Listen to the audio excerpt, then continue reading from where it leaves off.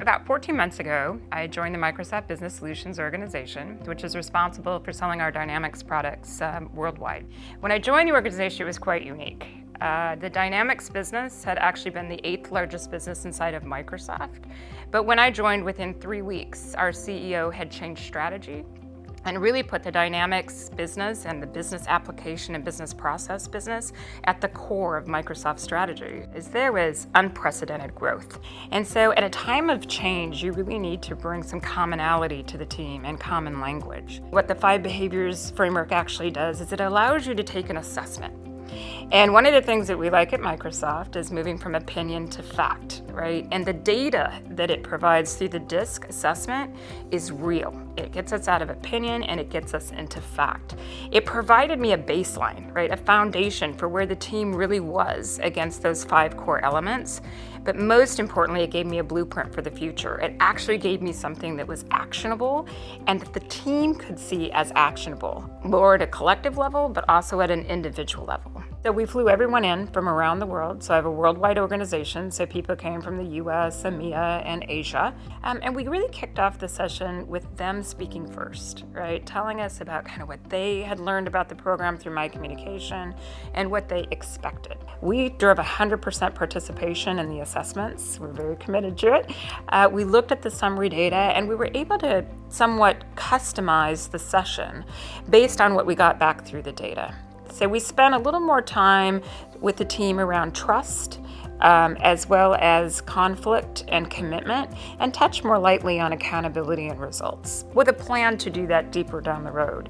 But what that did is it gave the course focus, and we could go deep, right, in the topics. I remember a great exercise we did where you kind of had to split up in groups in terms of what your kind of natural affinity is. So you kind of saw the group that maybe start every meeting with an Excel file, which is certainly not my style, but you needed to understand who they are and how they thought about the work they do compared to others who will probably like to dream a little bit before they get into the Excel discussion.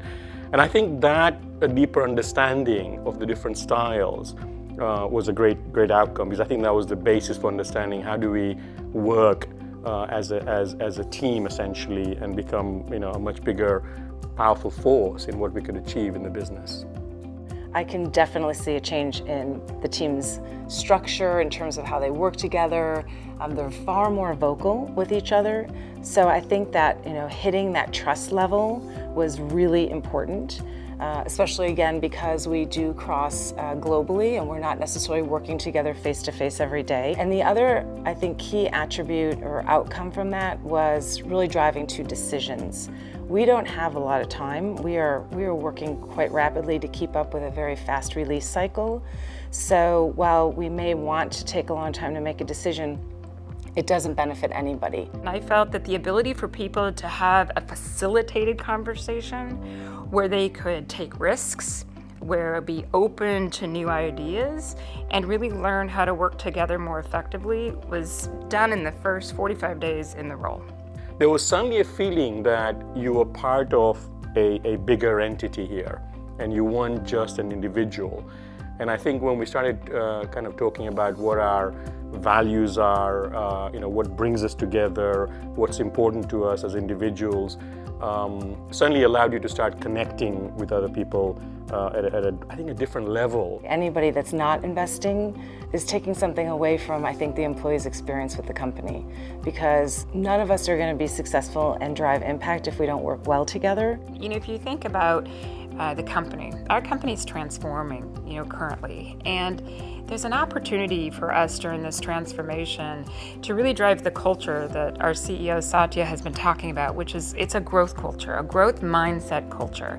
And in a growth mindset culture, it's about everyone's ability to develop, not just specific certain individuals in leadership programs, but really every employee's ability to develop.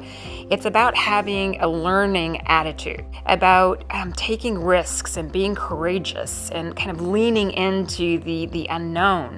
And if you really think about that growth mindset definition, it's very hard to do that if you don't have the 5 behaviors of the cohesive team really down as an individual and as a team. So when I really think about the culture that Satya is driving for the company, I think that's a top-down culture that is fantastic, But what really needs to happen is at the management level, we need to engage. And I think engaging with the 5 Behaviors program is an absolute amazing asset to help develop our people, to really make that culture a reality for the company.